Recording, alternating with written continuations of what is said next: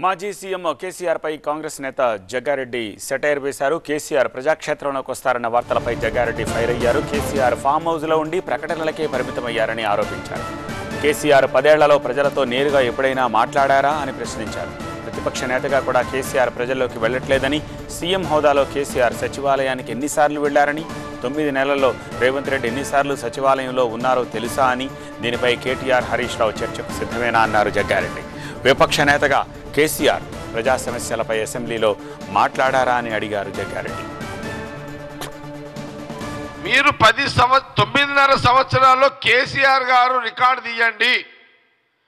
9.5 సంవత్సరాల్లో కేసీఆర్ గారు ముఖ్యమంత్రి హోదాలో సెక్రటేరియట్లో ఎన్ని రోజులు గడిపారు? ముఖ్యమంత్రి రేవంత్ రెడ్డి గారు ముఖ్యమంత్రి అయిన తర్వాత 9 నెలల్లో ఎన్ని రోజులు సెక్రటేరియట్లో కూర్చున్నారు? దీనికి కేసీఆర్ గారు, కేటీఆర్ గారు, హరీష్ గారు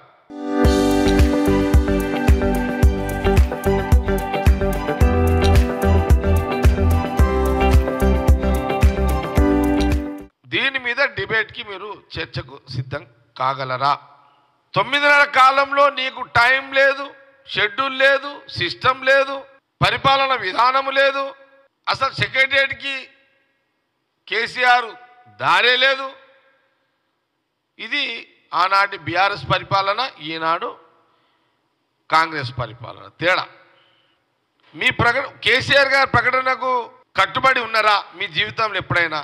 కేసీఆర్ గారు ప్రతిపక్ష నాయకుడు, మీరు ప్రజలతో సమస్యలు తెలుసుకోరు, మీరు వచ్చి అసెంబ్లీలో మాట్లాడరు.